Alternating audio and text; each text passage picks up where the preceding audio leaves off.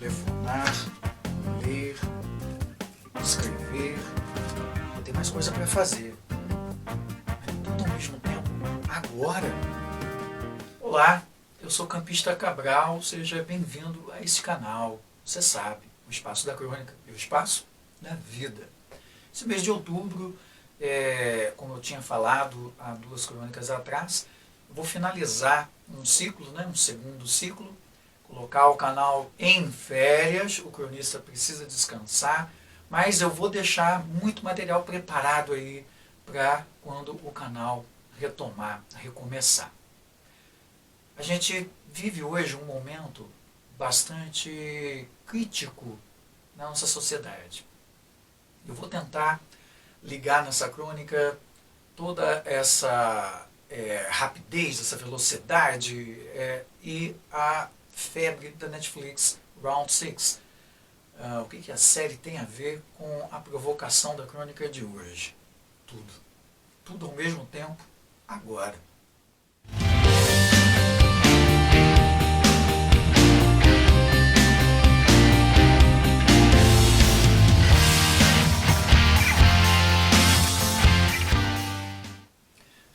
Tudo ao mesmo tempo agora.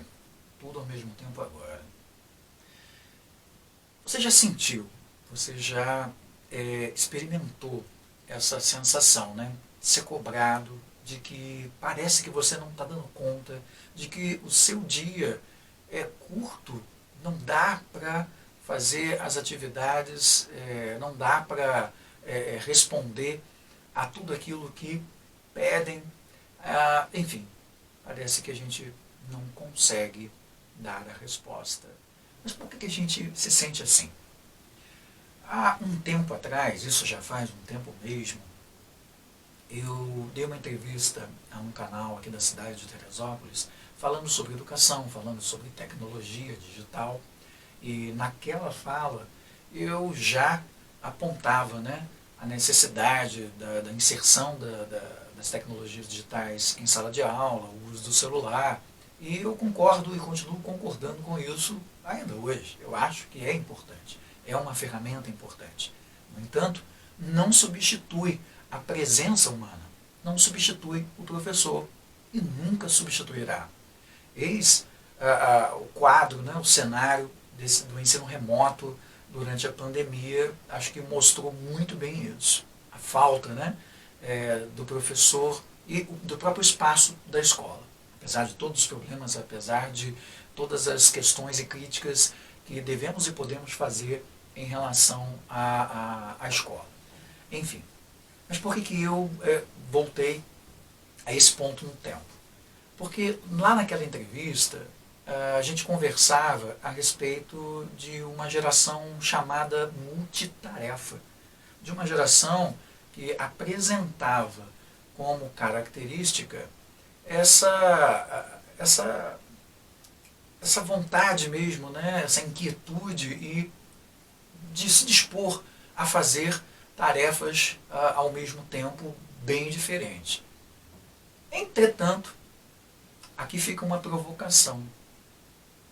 Será que isso é uma característica dessas novas gerações ou uma imposição desse nosso tempo? Porque somos cobrados a todo momento. E a gente precisa dar conta de inúmeras tarefas e fazer coisas assim em menos tempo possível. A sociedade está ficando cada vez mais doente.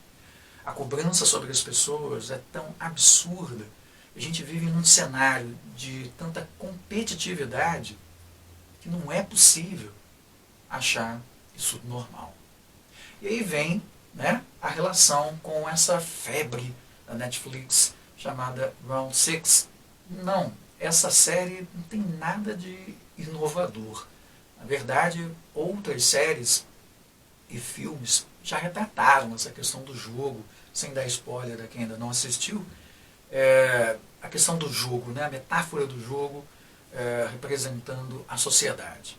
Consumismo, a competitividade bastante agressiva, enfim. E sim, La Casa de Papel é infinitamente melhor, abre um parênteses, né? Em La Casa de Papel a gente tem personagens que se rebelam contra um sistema, contra uma pressão, contra uma situação e resistem. Justamente o contrário do que acontece em Round Six. A gente tem nessa série coreana, e não nenhum demérito à série, ela explora muito bem essa situação e o roteiro é bem construído. É uma boa série para ser maratonada, né? Vamos se diz assim. Mas os personagens na série coreana demonstram muito bem o quanto a gente não está legal.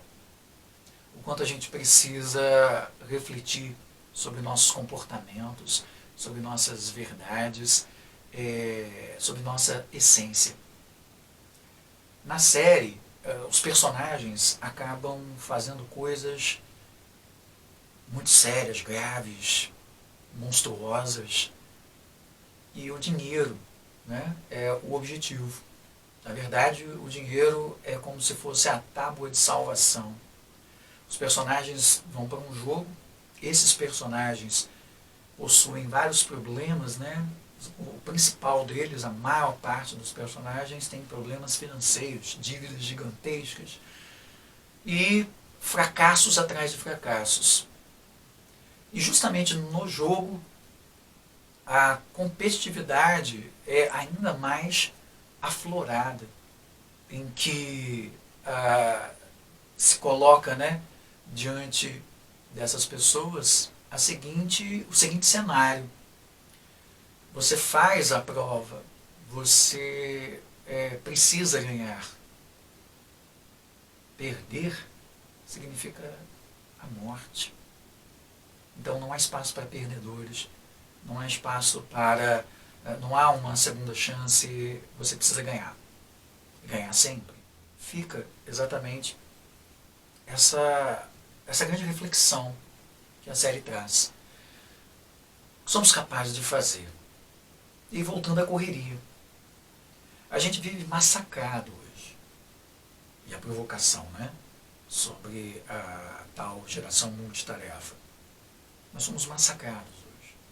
24 horas. A gente faz as coisas correndo. A gente ama correndo. A gente abraça correndo. A gente sente correndo. A gente chora correndo. A gente escreve correndo. A gente come correndo. A gente dorme correndo. A gente vive correndo. A gente olha correndo. A gente respira correndo. A gente não percebe correndo. A gente percebe correndo. A gente desvia correndo. E correndo, a gente não percebe que a própria vida, correndo, vai. E de tanto correr, a gente vai se perdendo. E de tanto correr, a gente vai deixando de lado coisas que realmente importam. Sentimentos, pessoas, sonhos. E a série coloca, né, constrói essa metáfora muito bem. Somos tão pressionados e é lógico que uma massa gigantesca de indivíduos não corresponderá à pressão.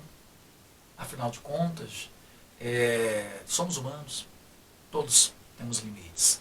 Não somos perfeitos, a gente já conversou sobre isso há alguns vídeos atrás.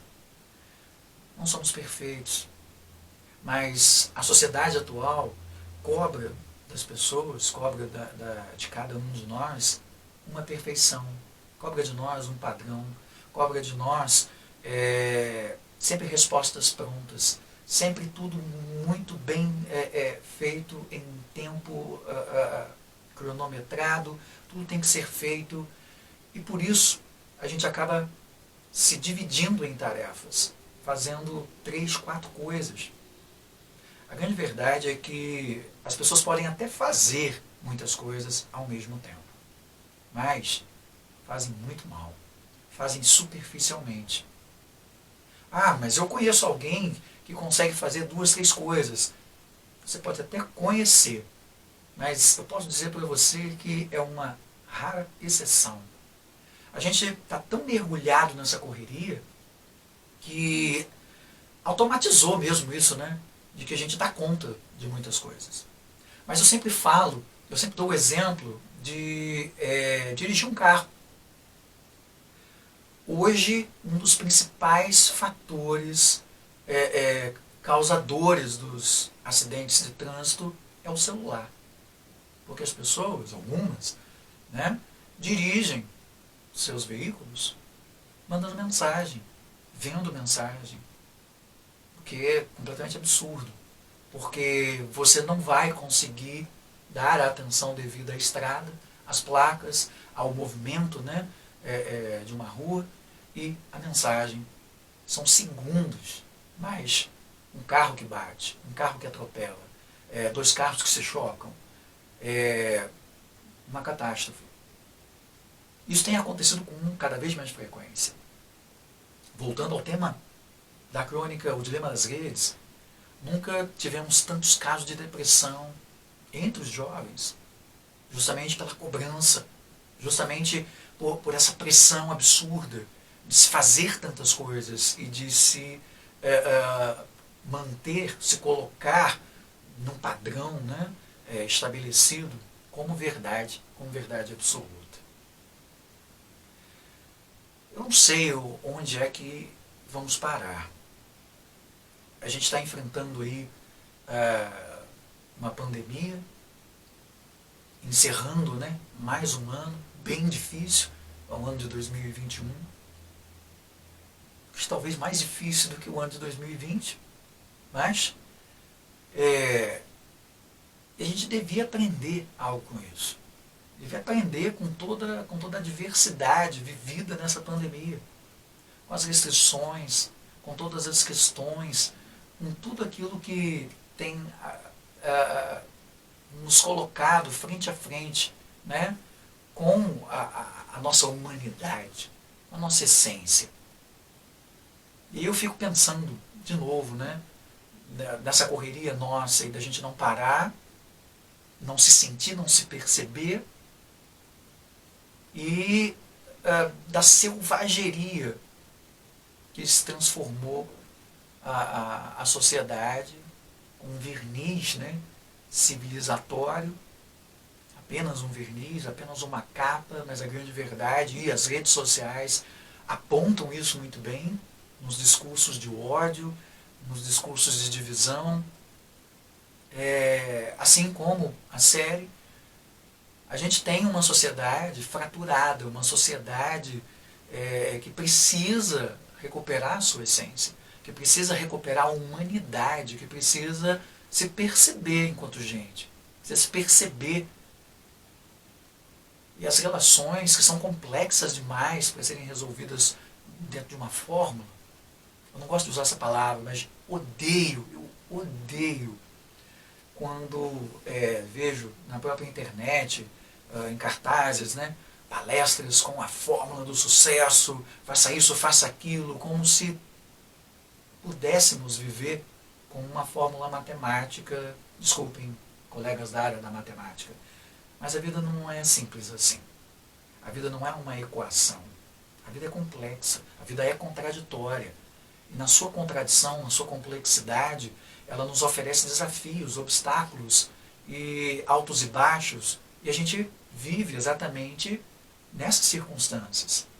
Só que hoje, meio que robotizados, automatizados, a gente não está percebendo mais nada.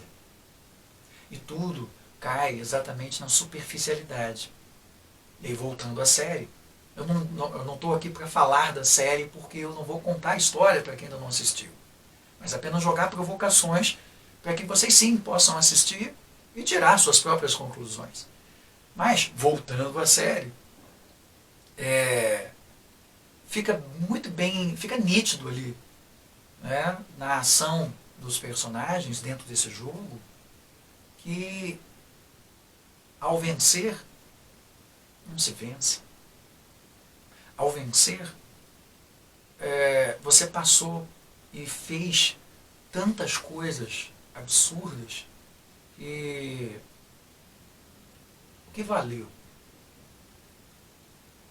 E o quanto as pessoas vão perdendo mesmo o seu traço, né, de amor, de sentimento, de solidariedade, e transformando-se cada vez mais em brutos, em objetos, em monstros, em inumanos. Eis a razão principal dessa crônica de hoje, dessa reflexão. Essa série é um fenômeno global e sintomático, né? Porque, como eu disse, ela não tem nada de inovador. Essa história já foi contada em outros filmes, em outras séries, mas sintomático. O seu sucesso é sintomático. Como se fosse um alerta, né? Olha, presta atenção. Ei, indivíduo, olha o que você está fazendo. É como se andássemos em direção a um abismo. Andássemos e na correria. Corrêssemos em direção ao abismo. Mas a gente está tão preocupado com a correria que a gente não percebe o abismo. E quando a gente se dá conta, a gente está caindo. Que futuro teremos? Que caminho seguir? Na próxima quinta, a gente tem uma conversa também muito séria. Convido vocês a não perderem as 2 últimas crônicas, porque nós temos de volta o Crônica na Praça, com um convidado mais que especial. A gente falar de um assunto difícil, um assunto polêmico, política, eleições. Mas isso é papo para a próxima quinta. Até lá!